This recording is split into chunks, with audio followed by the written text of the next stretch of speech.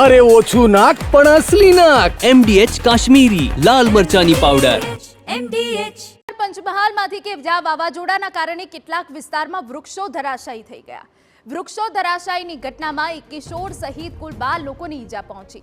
ઈજાગ્રસ્તોને સારવાર માટે ગોધરા સિવિલ ખસેડાયા છે. ગોધરાના થાણા ગર્જન સામલી બેટિયા ગામમાં વૃક્ષો ધરાશાયી થઈ ગયા. કાલોલના બોરુ ગામે વૃક્ષો ધરાશાયી થતા કુલ 12 લોકો ઈજાગ્રસ્ત થયા. ગંભીર રીતે ઈજાગ્રસ્ત 3 લોકોને વધુ સારવાર માટે વડોદરા ખસેડવામાં આવ્યા. અમારા સંવાદદાતા નિકુંજ પટેલ વધુ વિગતે વાત કરવા જોડાયા છે. નિકુંજ, પૂરી વિગત. ચોક્કસથી પંચમહાલ જિલ્લામાં ગઈકાલે સમી સાંજે જે કમોસમી વરસાદ અને ભારે પવન સાથે જે વાવાઝોડું આવ્યું હતું અને તેની અંદર શહેરી તેમજ ગ્રામ્ય વિસ્તારોની અંદર ભારે નુકસાનના દ્રશ્યો સામે આવ્યા હતા.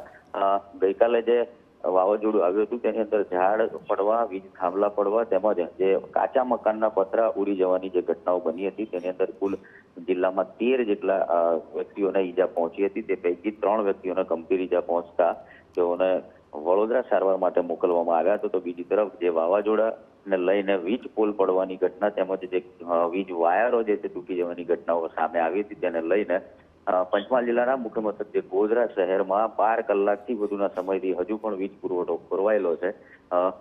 વીજ કંપની દ્વારા આ વીજ પુરવઠાને પૂર્વવત કરવા માટેના પ્રયત્નો તો હાથ ધરવામાં આવ્યા છે, પરંતુ મોટા ભાગના જે વિસ્તારો છે તેમાં પણ હજુ વીજ પુરવઠો પૂર્વવત થયો નથી. તો બીજી તરફ ગોધરા શહેરને જે સવારના સમયે જે પીવાનું પાણી આપવામાં આવે છે તે આ વીજ પુરવઠો ખોવાને લઈને પણ આપવામાં નથી આવ્યું.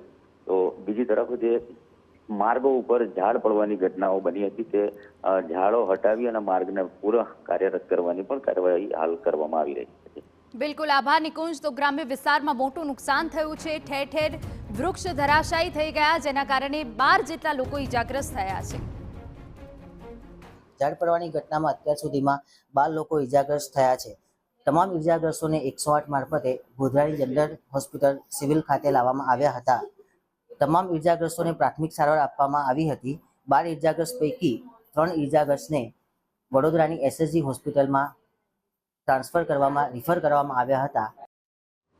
MDH ચણા મસાલા.